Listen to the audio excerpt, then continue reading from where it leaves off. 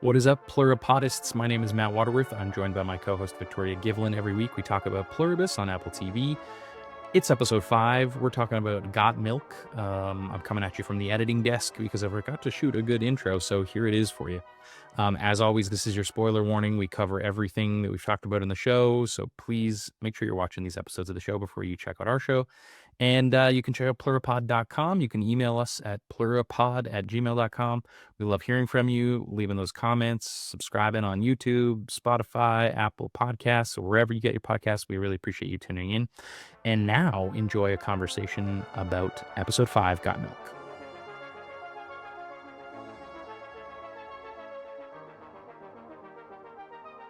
Hey. Hello. We're back early. Yes. They changed the schedule on us. And Carol joined us a little bit early this week. So we're recording this on Wednesday morning, the same day it says it releases. If you don't already know, apparently anytime Apple says they're going to release something, it's actually the day before in the evening. For us in Alberta, it's at 7 p.m. So we've already seen the episode. Yeah, I don't know why they changed the schedule. I was trying to figure out why, but I don't know what happened. I think they're just keeping us on our toes. Maybe, yeah. Yeah. I think it was intentional. Well, we don't normally do the spoiler warning, but I think we should talk about the ending right away. And I don't know if you like it. It's the literal mic drop. These glasses are from you. These are cool. I don't know if I can be in yellow vision the entire episode. So Fair. But they're cute. Major spoilers, because we're going to talk about that very last moment. Yeah. Which is, what do you think? They left us on like a classic cliffhanger. What do you think Carol is looking at the end there? Cutting to the chase. Yeah. And getting straight to it. I like it. I think, Tell us your theory. Okay. Tell us. All right. I think that Carol has found some dead bodies in the freezer. And you think it's a life force thing, like the others are surviving on? I think themselves? They're grinding up the pulp and they're putting it into dust and then they're turning it into this drink. Right. Because crows were pecking at it. Oh. And crows will peck at right, that's true. Yeah. Right, yeah. if they have to. Yeah. Right. And also we saw. I think it was the second episode, the beginning of the second episode. What were they doing? They were picking up bodies, they were cleaning it up, and they were putting it in a milk truck. Were they? Is that true? Yeah. Oh, I didn't catch that. Yeah. Oh, okay. Okay, so the theories, the internet is going crazy. The theories are abound now. We've got lots of. You sent me a video. I only watched the first half of it or so, but there's definitely lots of opinion online that the others are lying. I love it. I actually love seeing what everyone. For sure. Oh yeah, that's part of the fun.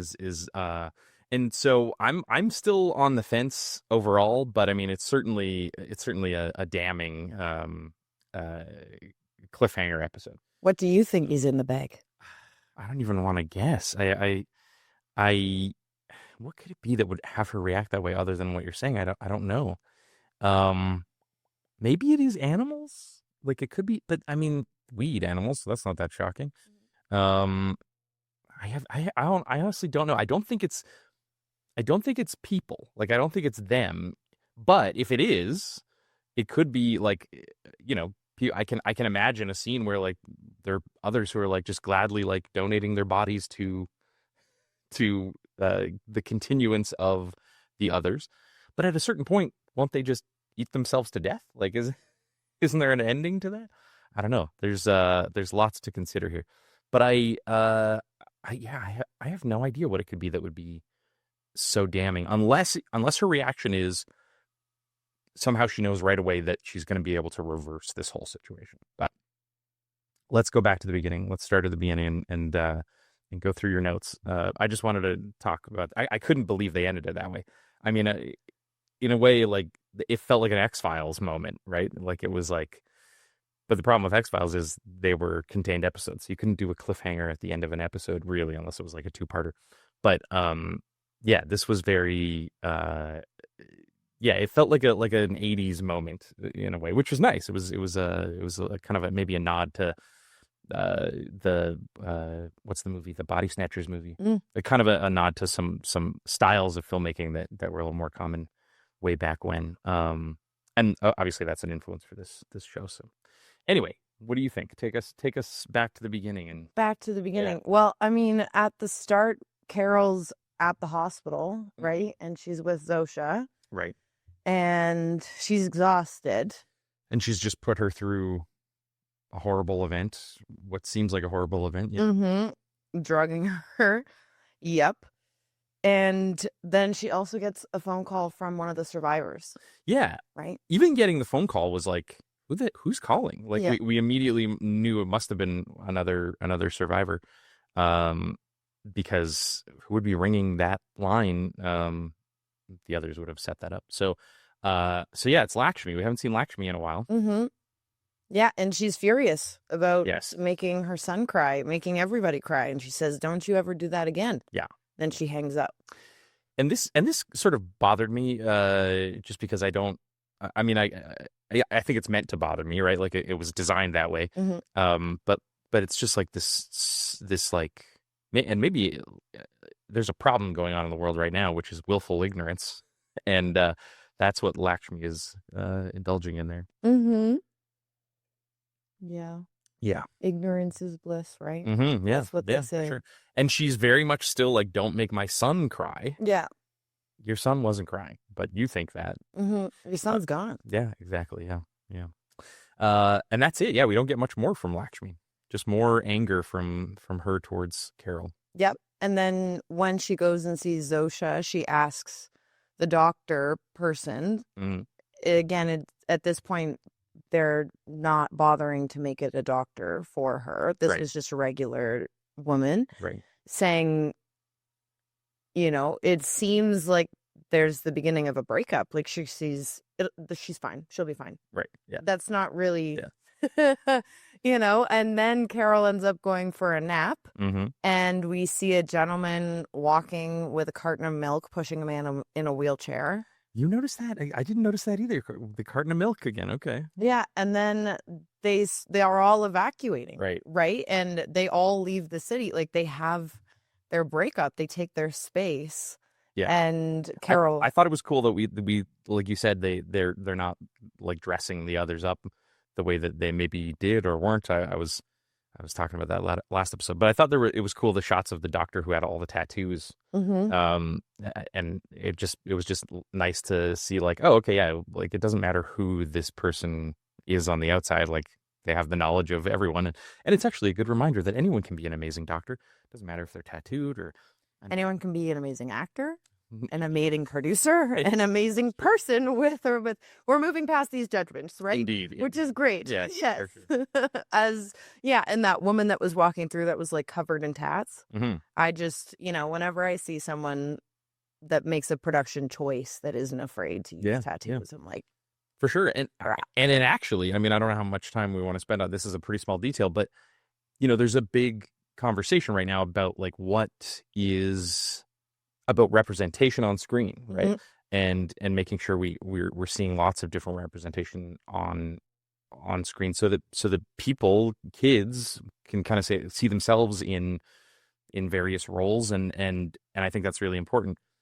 But this show is turning that on its head in a way that it's like that person's not like the message might be, hey, how cool is it that anybody can be a doctor, but in actuality, everyone can be a doctor in this show. Mm-hmm. So it's kind of everyone is a doctor to this hive mind, and they didn't have to. Well, they did have to be taken over by a different species, but they didn't have to study. Right. Right. Yeah, they certainly got rid of racism though. Everyone is the same. Yep, we are all treated equal, and all art is the same. Yeah. Yeah. Like it truly is an AI. It'll like recount that everything is of equal measure value. Mm-hmm. I kind of had a theory in the back of my mind that the animals were actually part of it. Animals were also part of the others. Yes. I think this episode proved that that's not the case. Yeah. Again, unless they're playing. They didn't, or they were planning to do that, right? Yeah. Like if they are. So I think that the others are being used to kind of demonstrate like an innocence and like a child, like the got milk representation throughout cinema is typically usually like purity and stuff. Right. Yeah. And Carol is kind of like the adult Mhm. that's going mad because Yeah. all of them are children. But the breakup is showing that they're going through a phase, right? Like they're evolving out of the childhood narrative. So Yeah. I was like, if they could use animals, then, and maybe that's why they never wanted to kill or hurt an That's animal, kind of what I was thinking. Yeah. right? Yeah. But yeah, so I'm like, maybe they did use the wolves as like a strategy, like manipulation, Sure. because they're starting to eat Helen. Totally. But And there's obviously there's obviously some others around. Somebody's got to be operating that drone somewhere not too Yes. far away. But anyway, it was cool to see that there was a promo shot months ago that was the drone coming to try to pick up the garbage and like kind of failing at it. Yeah. And I was like, where's this shot? Yeah. It. I was like, is that just a promo shot just for marketing? But no, it's And I from like episode 5. how they use the symbolism with the drone using the bag of garbage. And it was like her watching it struggle. Yeah. And how it like got wrapped around the pole and just hung there. That's so much worse. Yeah. And that's the first time truly that the others are stuck. Right. Right. Yeah. Because They're they're going to afraid. come and fix it now. Yeah. Mm-hmm. Yeah. And when Carol called the others, they had a voicemail of a pre-recorded message. Yes. That our feelings haven't changed for you. Mm-hmm. You know, we still love you, but we need some space. And I have to break oh my goodness, Better Call Saul fans recognize that voice. That was a big cameo. A major actor in Better Call Saul is that voice on the phone. So that was a little Easter egg. Love it. Love to see it. I've started watching Breaking Bad. Have you? So I've actually started a few times and just put it down. You're saying, but this time I'm actually going through it. Right. So I know I'm quite behind. There's Matt and I were talking about how there's so much great cinema and TV shows and everything. It's endless. But now I'm committed. I'm watching it. So yeah, I will learn about this. That's great. Let us know how it goes. Let us know where you get to. Yeah, I'm on like a season 2, episode 2 or 3, and already, right? Like it's just what an incredible show. Well, people talk about this Pluribus, the Pluribus pilot being the greatest, one of the great pilots of all time, and I trust me, I think it's great. But I would say the Breaking Bad pilot is better. I think the Breaking Bad pilot is an incredible piece of cinema for sure. But anyway, you were saying they were leaving. Yep. And she goes up on the roof, and there's this really crazy shot. So cool. Massive panning shot where we see the others kind of on the highways leaving, just the taillights leaving, which is, I have to say, excellent shot, technically. I could tell right away that it was on a stage, like that she was on like a blue screen or that there was some CGI going on there, or compositing, I should say. But the shot was still incredible. And I just heard on the podcast, the exclusive podcast, you got to check it out if you're not already. That shot alone took the VFX company 2 months to complete, just because they couldn't remove all the, like they did the shot, but it was filled with cars, right? Yeah. Like they had to remove all the cars and then add their cars going away. So big effects shot for sure. Huge shout out to the visual effects team. Like until you're in there, I don't think you can really understand just how much time and energy is spent in the post process. Yeah. In editing and visual effects. Mm-hmm. And they keep talking about Nito, who's the choreographer, because he did amazing. Another amazing example of like the choreography of them leaving and like and the addition of the camera, right? Like the camera as part of that choreography. Yeah. I mean, it sounds like it's always a big thing. And they also had to be leaving like as the sun was setting, so sort of magic hours. So they rehearsed and they actually shot it in the morning. So they still got the like sunrise moment. And so they were rehearsing that for days, apparently. And then they had to shoot it at like 7 a.m. They had to be rolling. So they had no time to rehearse. They had to have it sort of all dialed in the day before. So, interesting way of shooting, right? And I was saying, too, this show is super interesting because it's giving us scenes we don't ever see. Like you never like last episode, that circle of what looked like, I don't know, 50 people circled around Zosha and Carol crying. That is a scene that you don't get in any other show. Like it's a very unique and weird scene. So we get a lot of that, and I think that's what we want right now, is like give us something new and different, but it's still contained in the world of our reality. It's not on a foreign planet or something like that. So yeah, loving this show overall. Me too. Sorry. No, don't apologize. Bogarting. No, it's very true though, with the choreography, with all those people, seeing them silently Yes. leave the hospital to not wake Carol up from a nap. Right. We're gonna leave while you're sleeping. The people, everyone involved in that shot, like chef's kiss for sure. Incredible. Yeah. Even the ambulances coming around and like doing their Yeah. The only one who's barging around making a ton of noise is Carol in her cop car. Right. Yeah. Like running around the hospital saying, "Is anybody here?" Yeah. Yeah. So she wakes up to find that she's alone. Yeah. Yes. Wakes up to find she's alone. Climbs a really tall building. Right. Yeah. Realizes that everyone's leaving. Screams at the top of her lungs. Great. Like get out of here. Good riddance, sort of thing. Right. Yeah. And then I don't even need you. Yeah. I don't even care. Just make sure my sprouts is full. my grocery store is full and my fridge is stocked. Yeah. And then she ends up going home and filming a video to the survivors. Yes, she gets all made up. Yes. It's all fancy, yeah. Yes. It's up the camera, yeah. And then she leaves a voicemail this time, telling the others that I need you to distribute this video for me. Yeah. And you need to put subtitles on it for anyone who doesn't understand. Mm-hmm. And if you don't, again, playing on that would make me very unhappy. Right. So she seems to be knowing how she can manipulate and using it. But I have to say, now that she's been knowing it, like there's a moment last episode where Zosha's crying and is drugged and going into cardiac arrest.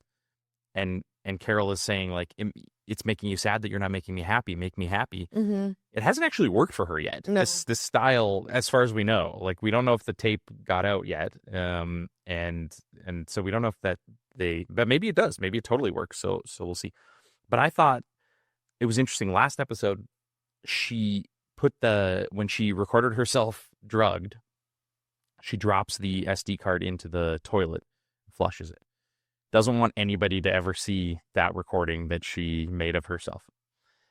But then this recording she gives to the others. So she's obviously those two actions seem weird to me, because I don't know, like who's going to see it, Carol? Who's going to see that other than the others, which is kind of one person. Anyway, it's interesting. So yeah, she's going to so what's on this tape? Remind me what she says on this tape, this first tape. First tape, she's talking about... Oh, that was interesting too. Not responsible. She's talking to her 12 survivors. There is a way to do this. She talks about her recent discoveries that she wrote on the whiteboard about how they can't lie, about how they treat everybody equally, and that she knows that there is a way to reverse it because of what they've lied by omission about. Right. But that she doesn't know anything else yet. Right. She hasn't discovered the milk the first round. Yeah. So why is she doing this, do you think? I think, she's still lonely. Like, I think it's the realization of whether you like them or not, like, we are a social species. So it's like, even if... Oh, she also says, too, that... once you realize that joy and happiness and peace is coming to end your life, maybe, to me, she's the commander. She's the general. She's like calling the troops. Sure. She's like, what are you doing? And she says, she talks about individuality. Yeah. I don't know if this has been mentioned before or not, but it's like, yeah, like if you're cool with losing your individuality, then great. But it's not worth this cost. Yeah, you may treasure your reality right as your life is ending, and your individuality to want to decide what your agency is with your life. Yeah. But only, like, some of you may realize in the last second, and she also says that some of you, at least one of you, won't. Yeah. Because for sure. When she called, right, Laxmi, Yeah.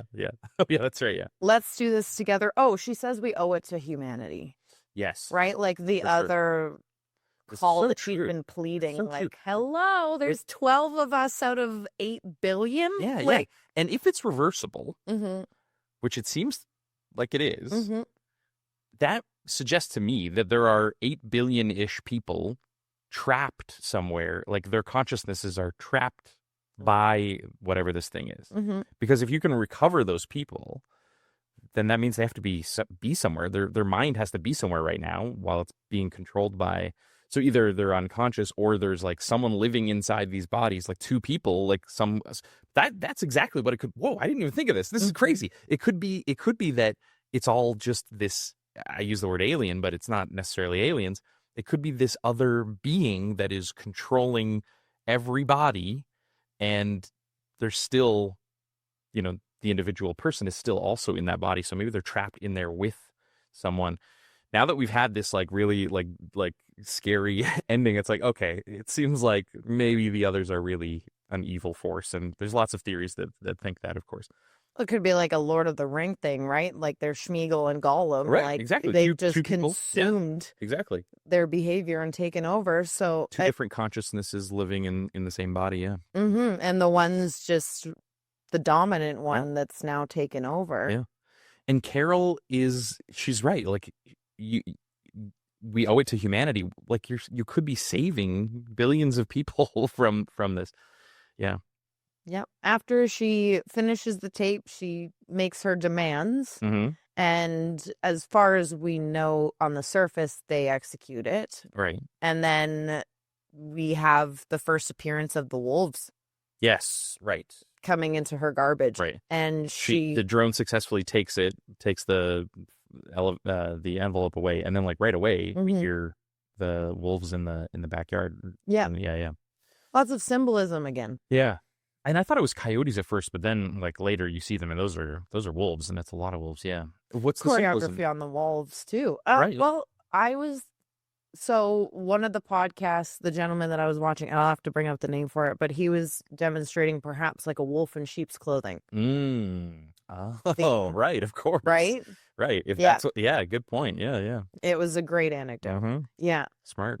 Because she first goes out and she tries to startle them away, and then they're pretty aggressive. And then later she goes and gets building supplies. Mm-hmm. Right? Yeah. And she paints that piece for Helen, which is very nice. Yeah. That's the humanity side again, right? Yeah, it feels like we're seeing a lot more now, or maybe I'm more aware of it. Like her mourning for Helen is really there, even though she's not like just in tears. Like Carol is the kind of person who mourns her own way. She goes back to her own bed too. Yes. She crawls back into the bed that she shared with Helen. Right. She can't look at the side that Helen sleeps on. That's right. Yeah, it's sad. But she's there, which is good. Yeah. So, what happens in between? Because the wolves come twice. The wolves come, and then we have the garbage. Okay. Now that the wolves have come through, they've torn the garbage, and then she decides that she needs help getting rid of the garbage. Right. And she calls and demands that. And they say, place them 2 feet apart, make them no more than 13 pounds, I believe. Right. 17, I think. And then she picks it up and she's realizing that it's more, but she doesn't care. Oh, I didn't catch that. She's like, she lifts it, and like it seems like she's like, yeah. Yeah, it's not like she weighs it, right? Yeah. And indeed, when the drone comes to pick it up, it has a big challenge with the weight of the. Yes, it does, and it gets stuck, and then it falls to the thing again, and then she decides, you know what, I'll just do it myself. Right. And she picks it up and she takes it to a communal garbage, and then she also notices the recycling beside it. Mm-hmm. And that there's all these cartons of milk in the recycling. Right. So a couple of things here. First, that drone crash, sort of getting caught up on the light pole, that's like drones have been sort of part of our day-to-day world for 10, 15 years now.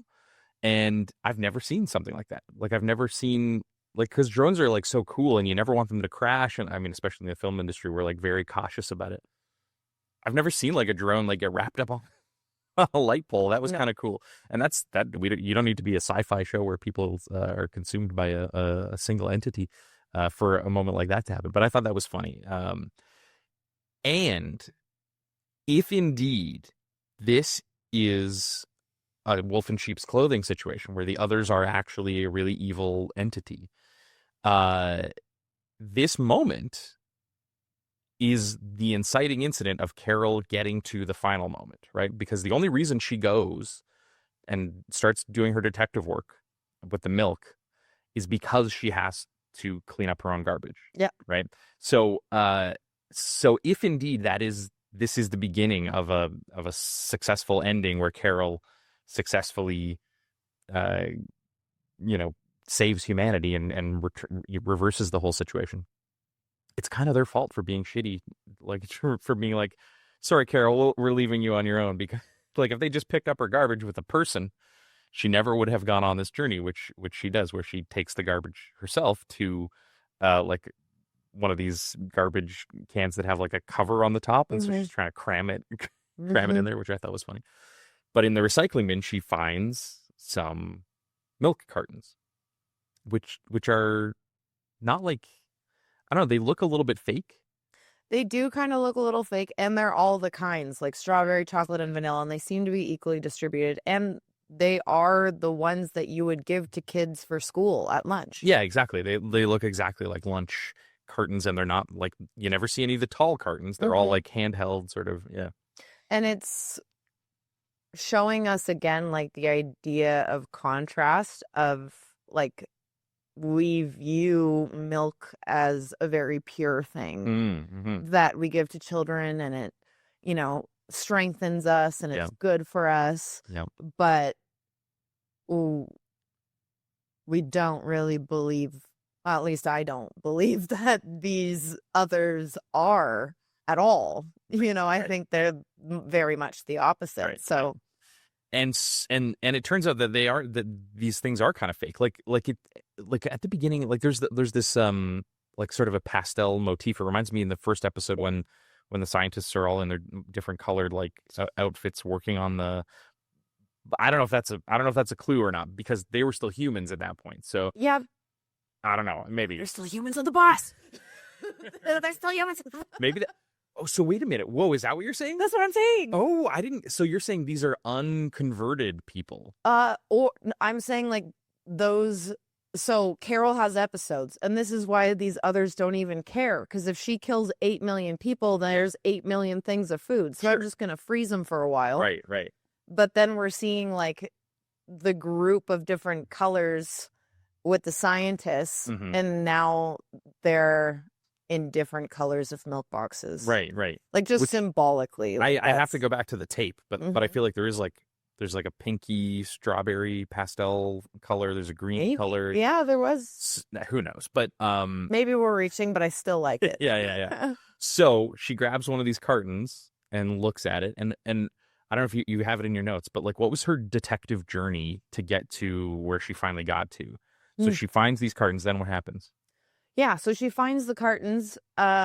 She realizes that something's going on. She realizes the crows in the bag are taking the thing. So she takes a bag with her. Right. She brings it back to her space, and then she notices, like, when it falls over, there's a barcode.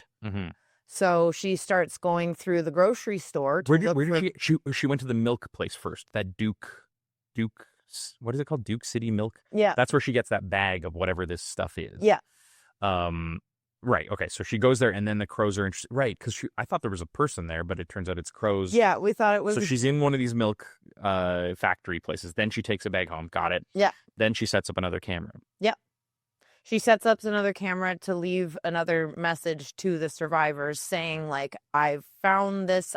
I have proven that I am starting to win because they've all left the city. Yeah. We know it's by omission, but now at this point, I've learned that they specifically separate and that they're drinking this item that is not milk at all, but it's in a milk container. And now I've gone to the dairy store or factory, and that this is the mysterious powder that they're all consuming. And then she does a chemistry test. And she's like, well, there's no smell. There's no, like, she even tastes it at one point. Did she? like a little sip. Oh, Yeah, but she says that it's neutral, like it has the same. yes. She's got a hot tub, and she uses Yes. her like testing strips Yeah. for her hot tub. The chemical balance is the same for Yeah. something that's neutral, 7.1, so it's the And- same as celery or water. Right, and there's no chlorine in it, which There's no chlorine. which may or may not be helpful in any way.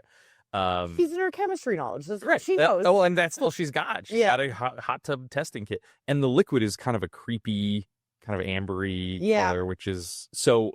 So she's determined that it's a mixture of that powder plus water. That's what they're drinking in these cartons. What if it's like human plasma and like? That's kind of what I wonder. That's- It's like processed, yeah. Mm-hmm. Yeah, I don't know. It's gonna be an interesting final episode. You know, I mentioned last episode we're in the end game now. Like not the end game. We're The end halfway. times. Well, yeah, for sure. But this is episode 5, and there are only 9 episodes. So this episode halfway through is kind of like the halfway point of the whole show. So Yeah. so we're entering the second half of the show as she's kind of making these discoveries. So she records another tape. She's got this information, and then she sends the tape out. Yep. It has an olive oil texture. That's right. Yeah, olive oil. Yeah. Which Yeah. is kind of what it looks like. Oh, so this time she gets upset. Like in the second time she's making a tape. She did a The second recording. tape. Yeah. Yeah. She Yeah. got rid of the first one because she got emotionally charged. And then the second time, we presume that she films the second one without the emotional charge. And this is the first time she's kind of cared. Like I remember when she left the dinner, she had no problem acting a fool and getting really upset and storming out. But now, I think she knows if she's really serious about this, and if she wants to capture the rest of the survivors' attention, she's got to be collected and calm and get them on her side. However, we don't see her recording the second tape. We see her delete the thing, and just because there's so many fan theories about everything. I said this last time about the heroin, right? I think when you're a TV writer, if we don't show Carol flushing the heroin down the toilet, someone's going to have this theory of, well, she actually kept it. We didn't see the flush, so she actually kept the heroin water or something. But I think that's what you have to do. So it's interesting to me that we didn't see her record the second version of it. We see her delete the first one, so we know that whatever she sent out was not the first tape. But presumably, I think it's safe to say that she recorded the same information, same content, sets it out, watches the drone take it away a second time. Now, this is an important timing thing for me, because if I'm the others, I'm still watching her, and I'm the evil others. I'm still watching her with the Predator drone, right? I know where she is at all times, but I don't know that she's necessarily discovered what she's discovered. Although we'll see. I know that she's been to the milk factory. Mm-hmm. So I'm a little confused as to why the others aren't intervening already. Yeah. But once they see what's on that tape, which they're going to because they have to translate it, are we going to finally see the evil version of the others who are going to have to react in some way? Mm-hmm. Or are they truly evil but also naive, like as naive as they are, and for whatever reason have to tell the truth and have to maintain people's autonomy? But for me, I think the clock is ticking as soon as that video gets picked up, because now the others are going to know what she knows, if they don't already. And so then what happens? What Then we triggers have her? the wolves again. Oh, right. Okay. The wolves come in, and now they start digging around Helen's corpse. And she's like, oh, no. And she tries to go after them at first again with the golf club, and it doesn't work. Yeah. And then she breaks down. Also in this scene, I'm not sure at what point it is, but we realize that Carol is more serious and more emotional because she picks up her drink a few times and she doesn't drink it. Oh. She puts it back down. Wow. She's not like self-soothing. Right. She's on the road to do this. So yeah, she tries to move these wolves so that they stop. Right. She tries to grab a shotgun out of the cop car and can't undo it, which comes back later in a great way. Mm-hmm. But then drives the cop car through her own fence to scare them off, which was a pretty awesome moment. Yep. Yeah. And so she drives through, and then she falls asleep. She stays the whole night so that she's protecting Helen. Yeah. And we also know she's like protecting humanity, right? So more symbolism if you want to look into it that way. But she's there. She wakes up, and then she goes to the builder's store. Right. And then she gets the stuff to like basically make this like tile slab back there so that the wolves can't dig there. We also realize too that when she's not panicked, she can open the gun. Yeah. she wakes up and it's like, oh, she already has the keys to take the handcuffs off. Which I thought it was a universal key too, to be honest. Oh, maybe it is, yeah. But I'm not certain. I don't have a lot of experience being a handcuff. But the fact that she was wearing that cuff for so long, yeah. For me, I thought she was doing it on purpose. Like, I thought she always had the keys. I thought it was kind of like a penance for what she did to Zosha. Like, it was kind of like a way of her being punished for it in her own mind. I think it still keeps it attached to her too, and then away. Yeah, but, exactly, yeah. Like, her expression when she lifted up the key was kind of, like, to me, it seemed like, oh, of course, God damn it. Yeah, like, it did too, so maybe I'm way off, but No. but it kind of, it did seem like, wouldn't she know the keys are on there the whole time? But anyway. Well, wouldn't she know that there is a safety button to take the gun out in the cop car? Yeah. But the emotion is, but I think that's kind of the message, is it like, if you can calm down, if you can take the step back and look out of yourself, then you can find the answer. Right. And it's been there all along. Exactly. Yeah. You know? But great symbolism for it. Yeah. Smashes through. And then after she does the moment, she paints that tombstone for Helen, which is really nice. Beautiful, yeah. Yeah. Then she makes the second recording again, and she's okay, yeah, because that's what I'm wondering. Did the wolves come back the second time before the tape? Did I jump ahead? She's recording now? Yeah, she's recording now. That's good, because I was like, the clock is ticking now. Because I think what happens is she records the tape, the others grab it, and then something triggers her to think, oh, she finds the barcode, right? Is that what it is? Yeah. So the second barcode. time she's making it, she has the pile with her and she's found from the dairy plant, and it knocks over and there's a barcode. Right. And she's like, oh, that means there has to be new clue. Yeah. I'm going to go scan this barcode at the throats. Goes to the grocery store. Which for me was like genius, but also I was like, why would it be in the system? Why would it scan at all? And indeed it doesn't. Yeah. Well, because that's the thing, is if it's not from that store that has that distribution, then it won't have it. But it got her going, and somehow she found something that still matched it with the dog. This is a little confusing for me. The bags are similar to the dog food. She goes and finds the dog food bag. Again, symbolism, like the dogs were trying to eat Helen. Right, yeah. And now she finds that this dairy thing matches dog food. And Minusos, last episode, eating dog food out of a can. Yes. There's a bit of a motif happening here. Mm-hmm. But so she finds a barcode on that bag, or she finds where that bag was packed. Yeah. And it's a local Albuquerque company. She drives to Albuquerque. She gets in the car immediately and goes to Albuquerque. Well, she's in Albuquerque. She lives in Albuquerque, so she's like, okay, this is a local business. I can go right to where they packed this. Mm-hmm. So she goes to that warehouse, and now we're in it's not the milk place, but it's like a dog food packing place. You think initially, because they were talking about keeping, we're storing the food because we have to keep it and contain it so that it lasts for you. So yeah, you think initially it's just the grocery storage. Right. Yeah. And then she moves with great difficulty, like further and further into the freezer. Mm-hmm. And then, she gets to this bag. Right. And at first she seems like she doesn't understand what it is. Mm-hmm. And then she's hit with like a horror and shock. Mm-hmm. Yeah. And then it ends. And then black screen. Mm-hmm. Executive producer Vince Gilligan. Yes. So I would love to know. We should make this a segment on the show. Victoria's Corner when it comes to acting. What did you think of the acting situation this whole episode? Give me your overall thoughts on that.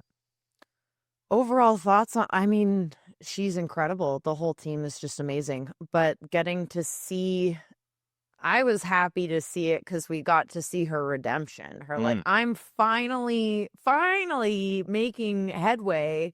So that like triumphant scream on top of the building, like, fuck you. Like, Yeah. You know, like I don't need when you anybody. finally kick that toxic person out of your life. Like, yeah. Except also come pick up my garbage. Because she does need a little help. Well, it's the thing is the drone is kind of like that symbolic mediator. You know, you break up with someone and then you're like, I left some stuff there. I gotta take my trash. I don't want your stuff anymore. For sure. But And that's a great point though, because that's like, not to get too screenwritery, but like if you've got 9 episodes, the 5th episode kind of has to be a turning point into a new part of the show. Yeah, from the writer's perspective. Yeah. And the audience too, right? Like For sure. if we had gone a couple more episodes like that, we probably would have lost a lot of audience. Right. For sure. Just more wallowing of like, I can't do this. Like, yeah. And it's interesting because episodes 1 and 2 come out at the same time. It's funny how like you have to, like a show like Breaking Bad, you're rewatching it. People rewatch it all the time. So they're consuming it at their own pace. We're watching everything they give us as quickly as we can, right? So we're going to watch episodes 1 and 2 at the same time. So if you're on the writing staff, you're like, okay, we're going to drip information out carefully. But when people who are watching in real time have to wait a week between episodes, we have to be more careful about how much we want to share, because we want to keep people interested, but we don't want people to get bored, but we also can't give them too much information too quickly. Otherwise it'll get to, the show will be over too fast, or it'll be too much at one time. So yeah, from the acting reflection, like this is an important episode. I think we're going to look back on this episode as a very important episode by the end of the season for sure. Yeah, absolutely. I mean, we're starting to Sherlock Holmes uncover a bit of the pieces. She's finally really in detective mode now. Yeah, she's there and she's locked in and she's serious, which is great to see. And one of my coaches, rest in peace, David Rotenberg, he was a great instructor, but he was explaining about how the audience and the actor, like nobody likes seeing someone who's just constantly wallowing. Right. Yeah. Like we need to have that hero archetype. We need to have that sort of underdog that we're rooting for. So, and when we're alone with Carol so much, when you talk about like her choice not to take a drink, it's such a big and important moment, right? It's such a big thing. It says so much about her because we don't have her in a lot of conversations. And even when she is in a conversation, like last episode, there was the great conversation at the dinner table where she really started to understand the others a lot better. Even when she's with them, she's not with another human. She's with something else. And so it's not like a human conversation. On the actor side, I saw how the actress that played Zosha, how complicated that is for her, because as an actor, your whole thing is to be present and to respond. Yeah. In tune with how you're responding emotionally. Right. If you're upset, then I have to be upset too, because we're here together for it. But her whole character was like, I have to absorb her feeling and then be happy. Being grounded in that happiness, because she's not psychotic. Right. She's not like deliriously happy, but she's grounded in her happiness, and how difficult that acting challenge for sure. Yeah. And it reminds me of something she said at the premiere, which you can hear on the Happy, Sad, Confused podcast because they were recording that. She said something really great, which was that like, usually if you're an actor, you have to do something you've never done before. Maybe it's ride a horse or fly a plane or at least taxi a plane across a runway. You can usually use the nerves that you have of never having done that in the performance, right? Because usually your character is also like in an uncomfortable situation. Not the others, right? The others are always just like even keel, and so yeah, you have to be calm, cool, and collected. So yeah, it's got to be an interesting acting thing, and it sounds like imagine that nurse or doctor who Carol spoke to and said, "Is she going to be okay?" That person probably just came in for that day, for that moment. I don't think they get to know what's going on with their character, right? Like they don't know that they're part of a collective. Like I don't think they share that with people who are just like day one-line day players. Don't usually know. So that's got to be a weird thing to try to dive into. Yeah. How is she?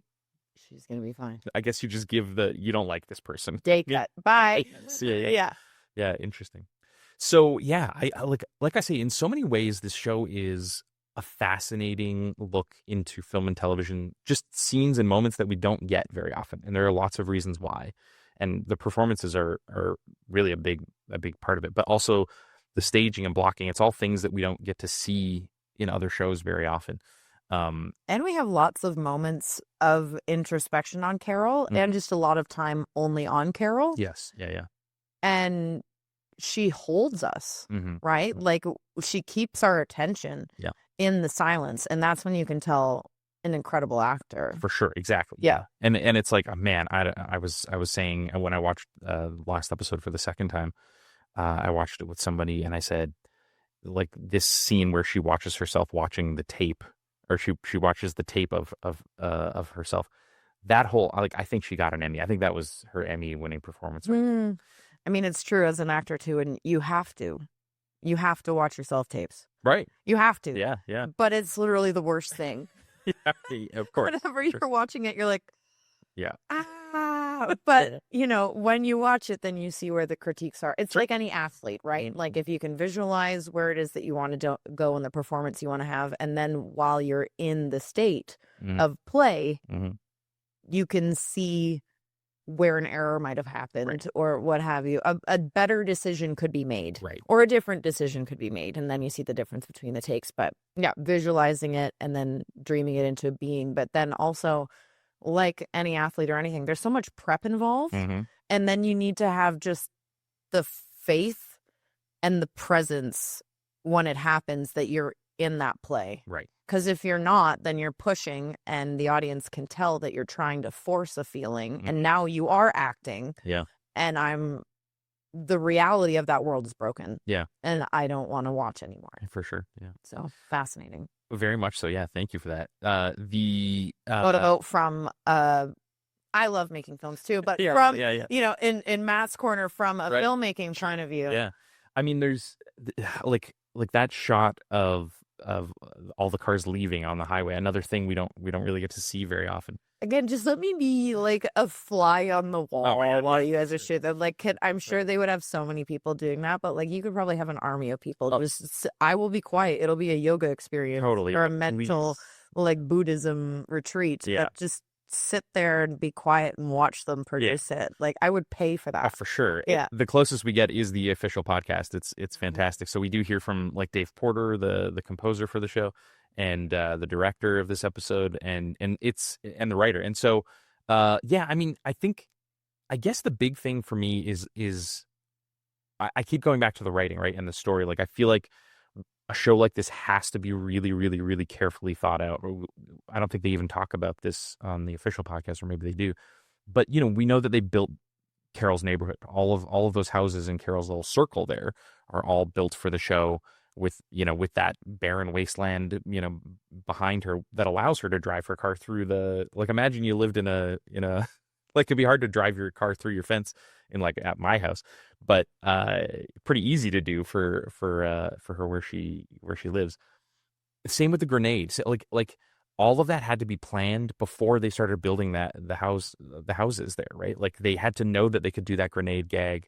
They had to know that she could drive through that fence. All of that comes with really, really good planning, and I think that's what the show really shows in the behind the scenes is like, wow, people have time to really plan things out and plan that whole neighborhood, as an example.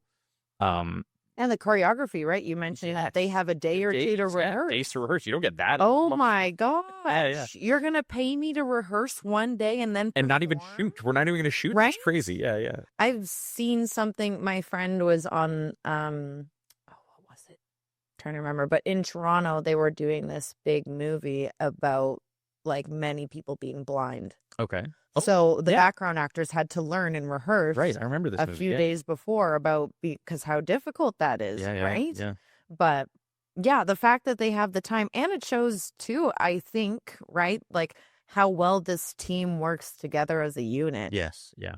Like it's being executed so well. So here's a question for our filmmakers, like how do you keep a good unit together over a long period of time? And I'm sure some people, as it does, will swap or fade out or what have you, but how do you still bring in a new member and that's a great keep point. them included? Yeah, that's a great point. How do you integrate into a really well-oiled machine carefully? And it sounds like when new people do enter the fold, whether they're on camera or behind the camera, they are really well treated and really well respected and really welcomed in, which is amazing and so nice. But even in the post production, Dave Porter was talking about how it's not true on a lot of shows that he gets as much time to work on his music as he does, because you kind of have to have not done, but you kind of have to have the edit pretty close to being locked before you add music, because music is so tied to the tempo of the editing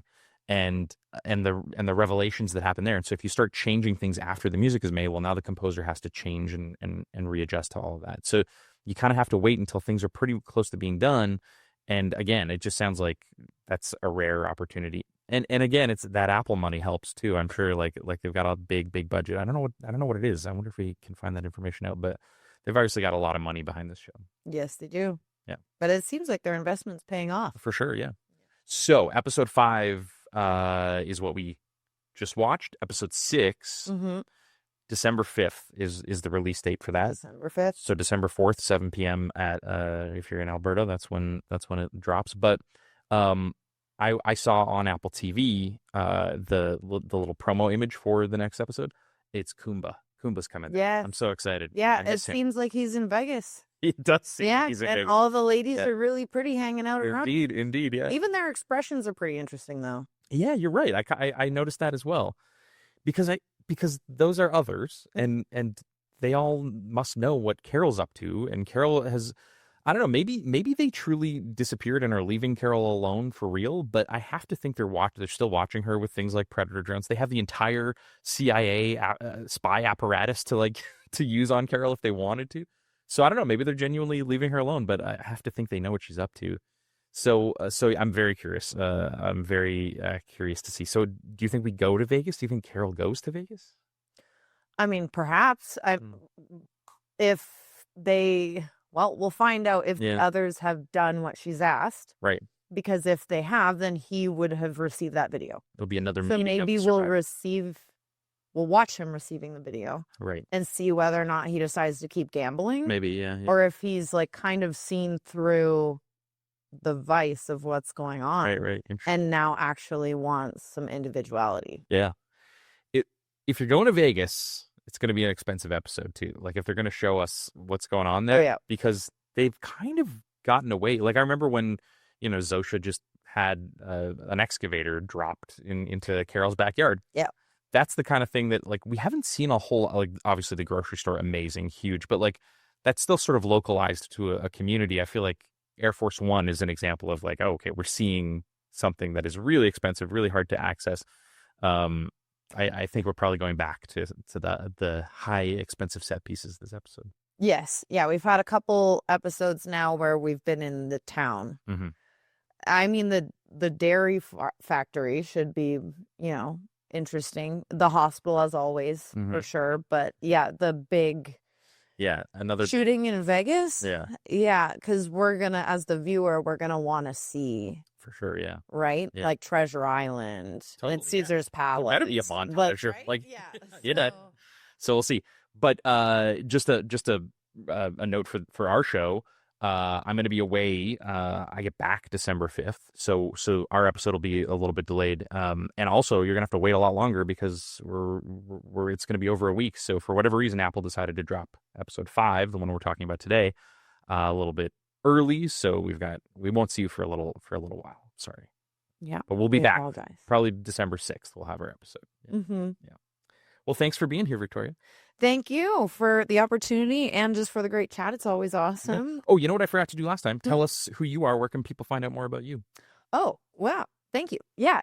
You can find me on Instagram. I find is what people are using the most. So @VGivlin, or you can follow my production page @Ascent Stories, and or ascentstories.com if you'd like, or vgivlin@gmail.com, or Victoria Ascent Stories. There's so many channels that we need to be connected to, but yeah, feel free to reach out, send me a message, or comment on our YouTube channels, our Instagram channels. We're pretty active on responding on the Instagram comments too.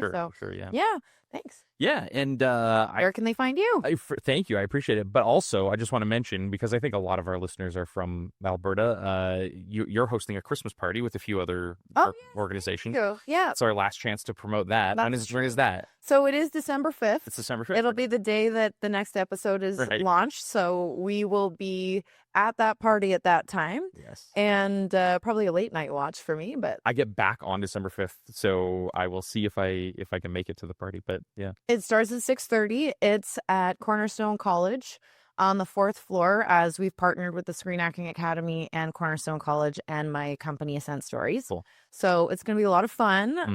We've got Fraser and Fig that'll be doing like charcuterie for us for the evening. And we've got an industry panel. I saw some people on the panel. Yeah, it'll be pretty cool. Jason Therian, Aldona from Sif and James. It'll be great. Yeah. And Wendy as well. It'll be a great panel, and we'll have some mingling. I think Mike asked too that maybe at the end, for those that want to stick around, we might play a game of charades or something. Sweet. That's fun. And we've got like some gift bags to give everyone. So it'll just be a good festive get together and then a launch for the holiday. So very cool. Well, how can people get tickets to that? Eventbrite. Eventbrite is the easiest thing. So looking at the Christmas industry networking party. Okay. Or you can go to the screenactingacademy.com, and it also will take you straight to the Eventbrite page as well. Yeah, you can find me at Matt Waterworth on pretty much everything. I'm gonna say it right now. I'm launching a little workshop. I'm gonna do a workshop for folks who want to do some grant writing. Oh. We've got grant deadlines coming up in the next couple months here. So if you're planning to do a grant, I've got a few $100,000 in grants earned. So I'd love to walk through. Please join in if you want to. Are you doing this? You can find out more about it at mattwaterworth.com. Okay. You'll be able to sign up for it, and it's going to be like a multi-week thing where I walk through your grant application with you, and hopefully have it ready to apply for, like the March 2nd deadline for the Alberta Foundation for the Arts. So, sorry if you're not from Alberta; those are very Alberta-specific things we're talking about. But if you need help with your grant, wherever you are, I'm happy to help. So as far as the show goes, Pluripod.com has all the places you can listen. Thanks for listening. Thanks for subscribing. See ya.